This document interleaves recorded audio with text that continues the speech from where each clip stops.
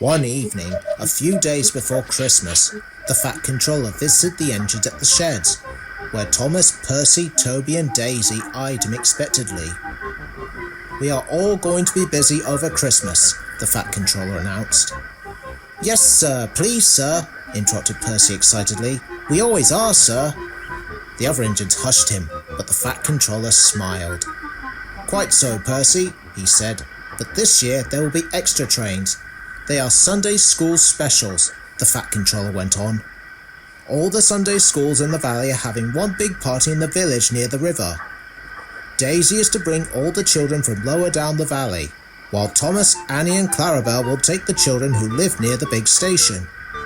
Toby and Henrietta will follow Thomas down the line with the rest of the children who cannot fit into Annie and Clarabelle." "What about me, sir?" asked Percy. "Can I help too?" The Fat Controller laughed. "You will be needed to make sure things run smoothly here, Percy," he said, "keeping the trucks in order and so on." "Yes, sir," sighed Percy sadly. He thought staying in the yard sounded very dull. Next morning, on the day for the party, Annie and Clarabelle were waiting at the platform when the vicar arrived with the first group of children. He was carrying a brown suitcase. The teachers were there too, helping the excited children into the train. When everyone was ready, Thomas set off.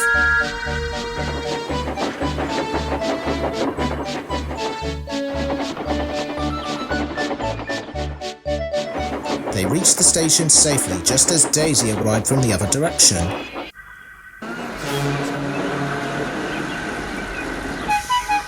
A little later, Toby arrived with his load of children and teachers. The vicar and the teachers guided all the noisy children towards the gate. Suddenly, he turned, looking worried. "My case!" he exclaimed. "Has anyone seen my suitcase?" "Is it a brown one?" asked the driver. "There was a case left back at the big station." "Oh dear," said the vicar. "This is awful. All the prizes for the party are inside that case. Could Thomas fetch it, do you think?" "There won't be enough time to go back and get it," said the fireman. "Perhaps Toby could bring it," suggested the driver. But just then the guard's whistle blew and Toby puffed away.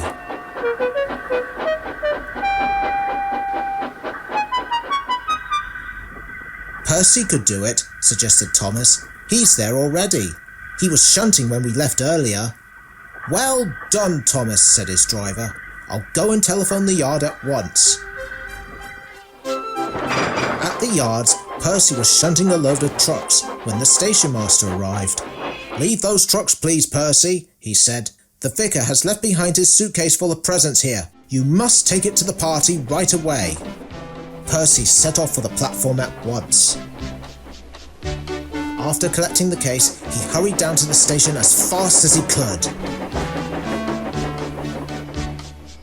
They waited and waited. Thomas was looking anxious, but there was no sign of Percy. The vicar looked at his watch in desperation. "It's no use," he said sadly. "Thank you for trying, but I shall have to go to the party without the presents." As he reached for the gate, they all heard a whistle in the distance. A moment later, Percy bustled importantly round the curve. "I'm not late, am I?" he asked anxiously. Percy's driver brought out the suitcase and placed it in front of the vicar. "I think this is what you're looking for, Vicar," he said. "It is indeed," agreed the vicar. "Thank you, Percy. This is the best Christmas present you could give to anyone." He turned and rushed happily away to the party. The party was a great success, and when the children went home, they sung carols so loudly that Thomas and Percy could hear them. We wish you a Merry Christmas. We wish you a Merry Christmas. We wish you a Merry Christmas and a Happy New Year. The engines forgot how tired they were and joined in. We're starting for Christmas and a Happy New Year. We wish you a Merry Christmas. We wish you a Merry Christmas. We wish you a Merry Christmas and a Happy New Year. The Fat Controller was very pleased. "We are here to serve the public," he told the engines, "and it is at times like this that we prove how well we can do it.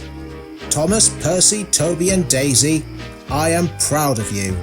A very happy Christmas to you all."